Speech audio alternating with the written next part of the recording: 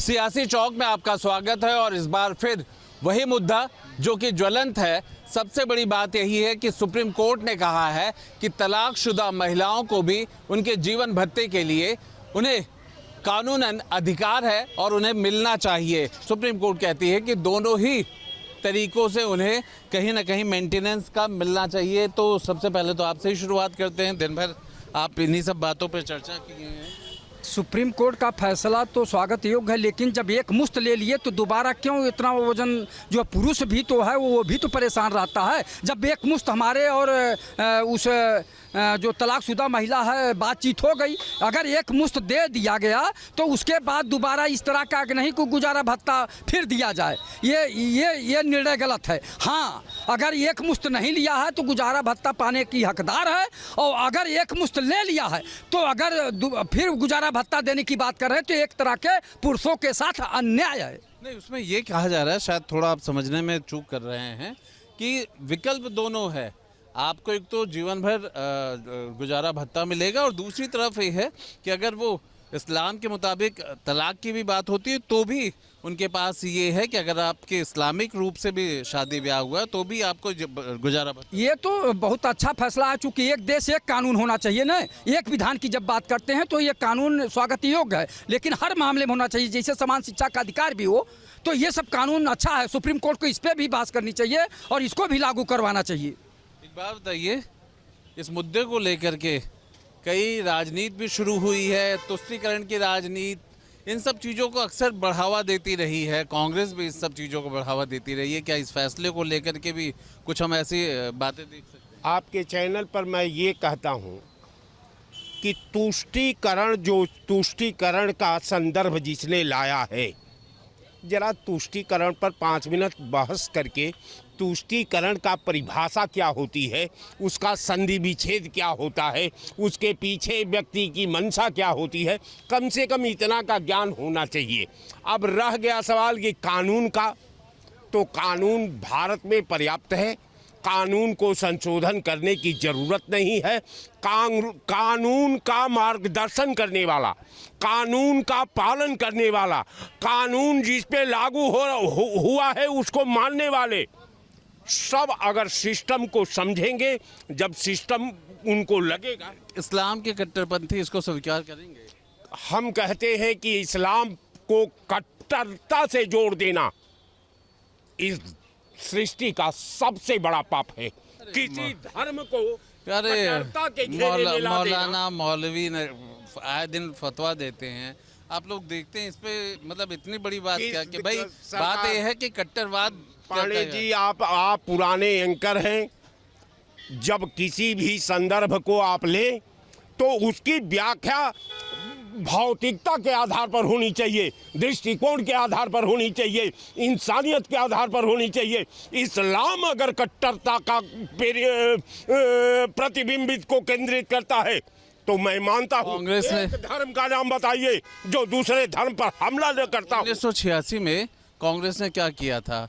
एक महिला के लिए पूरा कानून बदल दिया था। ऐसा है, वो क्या तुष्टीकरण नहीं? ऐसा है कि एक महिला के लिए 89 में हमने हरिजन उत्पीड़न एक्ट लाया राजीव गांधी ने। जब राजीव गांधी ने जब हरिजनों के उत्पीड़न की सत्यता को धरती पर चल करके जब देखा और उनको लगा कि हरिजनों का उत्पीड़न जारी है और इसके लिए कानून बनना चाहिए, तो राजीव गांधी ने लाया। आम लोग हैं इसलिए ज़्यादा पता नहीं है, आपने तो पूरे वाक्य। तो अर्ली मॉर्निंग ही जैसे मैं सुबह उठा, मेरे को रात की कल की खबर ये मिली सडनली, और मुझे जो एक, जैसे हम लोग एक कोलोनाइज सोसाइटीज़ में रहते हैं, तो यहाँ पे चलिए मजहबी रंग तो बहुत सारे हैं, लेकिन जो लाइफस्टाइल रहने का तरीका है ह्यूमंस का वो सेम ही है कि भाई मियाँ बीवी हैं, फैमिली है, सारी चीज़ें चल रही।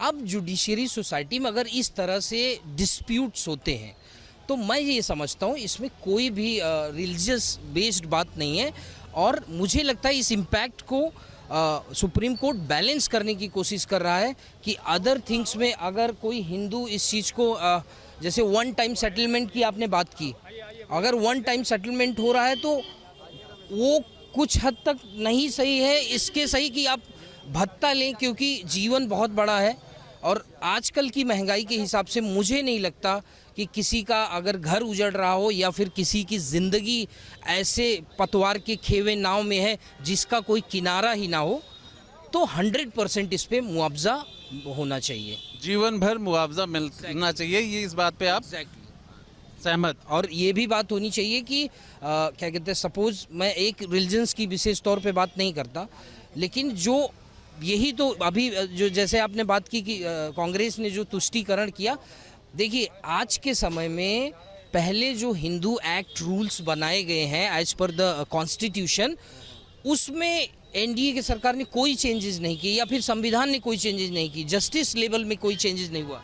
एक सवाल है, आप तो सीधा सुन ही रहे हैं, सुप्रीम कोर्ट ने जो कहा कि जीवन भर गुजारा भत्ता मिलना चाहिए मुस्लिम महिलाओं को जो तलाक ले चुकी हैं, आपको क्या कहना है इस पे? देखिए, वो सुप्रीम कोर्ट ने कहा है कि दूसरी शादी अगर महिला न की है तब मिलेगा जीवन भर गुजारा भत्ता।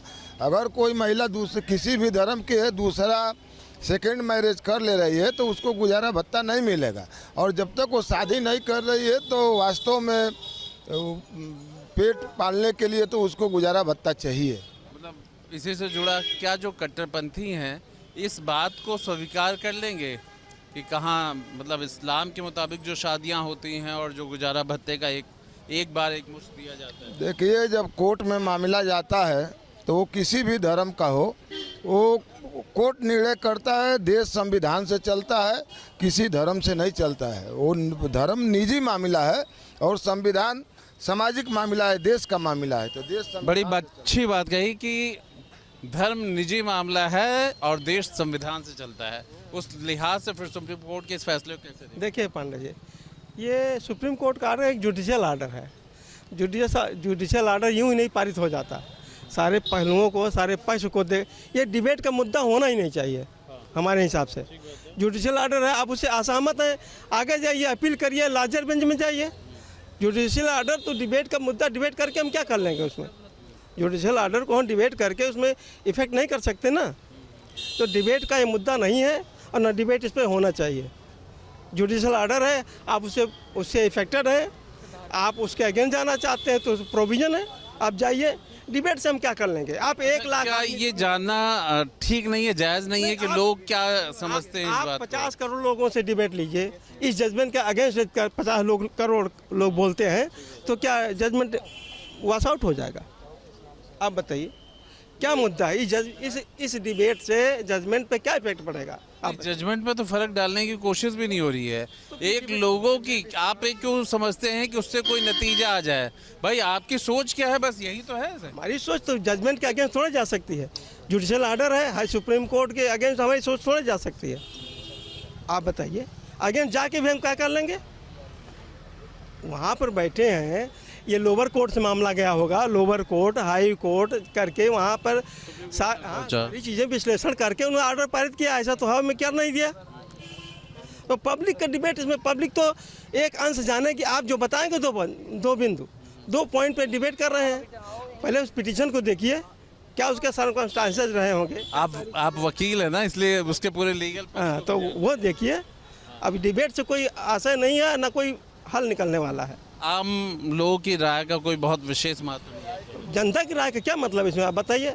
1 करोड़ लोग कहते हैं अगेंस्ट है। अरे भाई, कोर्ट के इस फैसले के बाद ये भी तो हो सकता है कि उन्हें अच्छा लग रहा है, एक संविधान, एक विधान।